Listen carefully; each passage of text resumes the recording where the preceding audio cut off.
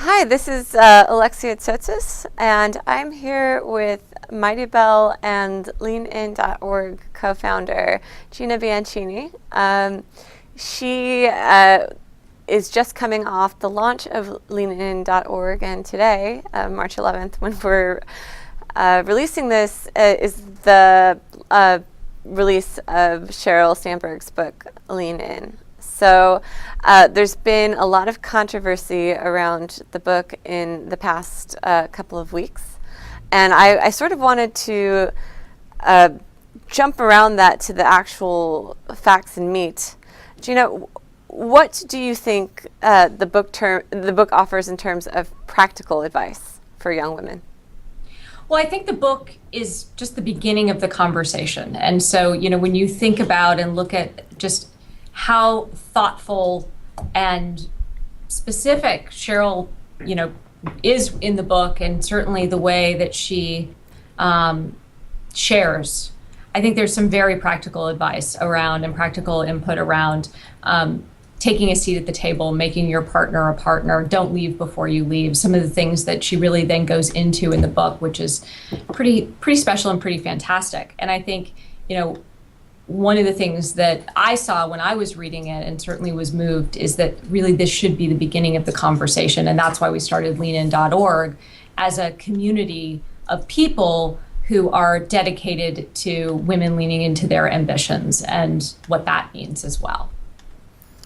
So what can you actually do on Leanin.org? What is the platform meant to facilitate? Like, what's the ultimate goal? So there's three things on Leanin.org. There is the community overall, which the goal is to have daily stories and daily inspiration and daily conversations that are happening amongst real women and men who are going after their goals, wanting to be on more effective teams, and to really realize their full potential. The second piece is Lean In Education. So we partnered with our founding education partner, Stanford University's Leanin Institute for Gender Research, as well as the Graduate School of Business, as well as Darden School of Business. And we are launching with 5 lectures around topics such as the body language of power, negotiation, team dynamics, and really how to create a level playing field on your team or in your startup or in your company or in your organization.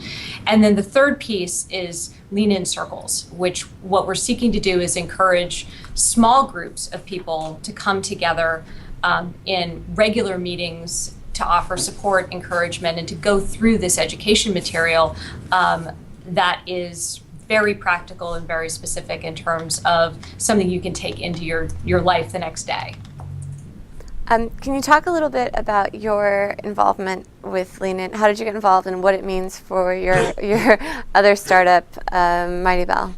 So Mighty Bell is an integral part in Leanin.org. So I was very fortunate to be able to combine something I'm passionate about personally and professionally, I would add, when you look at just the fact that as an entrepreneur in a highly competitive environment, one of the most important things is bringing together teams that win and teams that work incredibly effectively together. And to be able to pull from the full population of talented people to pull those and bring those teams together. And so, I looked at what we've done with Leanin.org, with education and certainly with Lean In Circles as something that helps me be a better entrepreneur and build better teams. And as a result of building better teams, hopefully building better, more innovative products as well. And so that's really, my motivation in Lean In. The way this came together is probably for about the last 5 years, I've been an advisor to the Leanin Institute for Gender Research at Stanford and saw how they actually created in the real world these programs, specifically what they call the Voice and Influence program, that brought social science research and specific skills around things like the body language of power or how to negotiate, and brought them together in small group discussions and people who would go through these education topics together, and just how powerful that was. And then I started talking to the Leanin Institute about how could we bring this, online, and they did a bunch of research, and then we're moving it forward. And then as Sheryl was sharing with me, what she was doing in writing a book called Leanin, it just made sense to do this as a community, and it made sense to partner up with Claimant, and that's exactly what we've done. So what do you think Leanin is bringing to the table, the movement, the partnership, the platform? What do you think it's bringing to the discussion that wasn't there before? Well, we certainly look at this as the very beginning. So, the piece that we, the seed, I would say, that we brought, that has motivated us in the last, 6-7 months has been the fact that practical education around skills training and for women and men together seemed to be missing. And if it was available to managers and executives and not necessarily to everyone. We looked at it and said, hey, what if you could actually do something like what the Khan Academy has done, but really for better teams and better dynamics in terms of being able to achieve innovation. And so that was really what motivated us and that we thought was missing from the market. And then when we saw the power of being able to bring this education together with small groups and encourage them to go through the materials together and to share their own personal experiences with the goal of support and encouragement as people were, leaning into their ambitions, seemed to be a model that was needed. And certainly in early days and in early moments, the people who have gone through our focus groups, we've tested this material and this idea out with over 100 people over multiple focus groups over multiple months.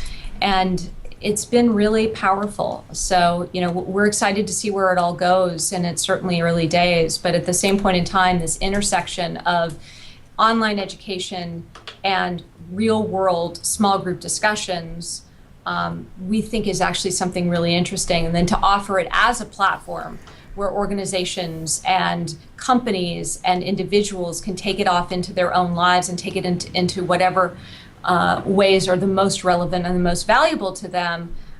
Certainly that was true to my roots from Ning and now Mighty Bell, and certainly true to Cheryl's roots at Facebook as well as the rest of our team. I mean, do you think the tide is sort of changing for women? Facebook just announced its second woman on its board today, the chancellor of UCSF. There's you, there's Cheryl, there's Marissa, there's Kara, there's many women visibly at the top. Many. There's not a majority, but there's many. Do you think it's slowly? Do you think the times are slowly changing towards at least acknowledgement of the way that we function and excel in the workplace? I think the good news about Silicon Valley is that we are going to do things as an ecosystem, as a community that work, and people are going to look to be as competitive and build the most effective teams possible. I still think there's a long way to go, but I think increasingly there's a focus on what people can do, and specifically what women can do, as opposed to what holds them back. And that to me is the exciting piece. When I look personally at why I was so passionate about, let's do this as a community. Let's do this taking advantage of the things that we know and understand in terms of being able to offer this as a platform and being able to encourage people to meet in small groups around education topics such as negotiation and team dynamics. From our perspective, and then certainly from my perspective, I've grown very tired of the question, why aren't there more women in technology? And this is certainly, I think, a representation for, 40 people and then plus of people saying, actually, let's stop asking the question and do something about it. And this is our opportunity to really combine practical skills with encouraging people to meet in smaller groups and go deeper around these topics together in an environment of confidentiality and trust. And we think that, it's a model that we believe its time has come. Is there anything you think Cheryl gets wrong in the model, or is there anything that you as an individual would add or subtract to the manifesto? I think the most important thing is that we're starting the conversation. So, I wholeheartedly support and watch every day, and certainly I've seen this in Leanin.org and what we've been putting together. She is an inspiration, and she's an inspiration who is human and vulnerable, and also probably one of the smartest people I've ever met. And when I just look at that, she, one, wrote this book. Two, not only wrote this book, but then looked at it as the beginning of the conversation, and certainly pulled together this team of both volunteers and a very small full-time staff in Rachel Thomas and Debbie Hemeder and JC Ford and Nicole Stiffel. Like, this is something that I look at and I say, this is the beginning of the conversation, and that's exactly where we should be. Did you ever have a moment in your career, as we all do, I'm assuming, where you didn't lean in? And what was that moment, and what did you learn? Wow, sure. I mean, I think, though, more often I've leaned in, and I've had just as many, if not more, failures in leaning in. That's what happens when you lean in. Yes. No, it's like, I actually don't think about my problem as being particularly one where it's like I lean back, but more that, I lean in, right or wrong, crazy idea, or something that's actually, makes a ton of sense and is the right idea at the right time in the right place. And, from my perspective, I wouldn't change that opportunity to look failure directly in the face, and sometimes absolutely fall on my face. I'm leaning in so hard, but then many times, I've learned just as much from my failures as I've learned from my successes. And for me, it's all about, and I shared this. For me, it's all about taking on and leaning in to the things that terrify me becomes so much easier and so much more fun when you do them as a group. And that's really the reason why, I'm so passionate about what I think is possible and we think is possible with Lean In circles, and also why, we've contributed and are excited about the model of Lean In circles, namely that they are powered by Mighty Bell, that live in a network of groups and a network of circles that are connected, and yet there's this opportunity for private conversation. What is your biggest piece of advice to a female entrepreneur or professional watching this right now, wondering whether to lean in and make her career a priority, but is a little bit hesitant? I think the most important thing is focusing in on what are the skills behind effectively advocating for your ideas, effectively having a voice, being able to get smarter, better, more effective around the things that are required of an entrepreneur, namely to be able to tell your story and to be able to build something that people want to use, that is valuable. So much of what we do every day is, in taking an idea and taking something and taking something that is nothing yet an idea, and turning it into something. It does require advocating strongly for your ideas. It does require all the things that we're really trying to put into more people's hands with Lean In education and Lean In. And so, there is no one silver bullet in terms of piece of advice.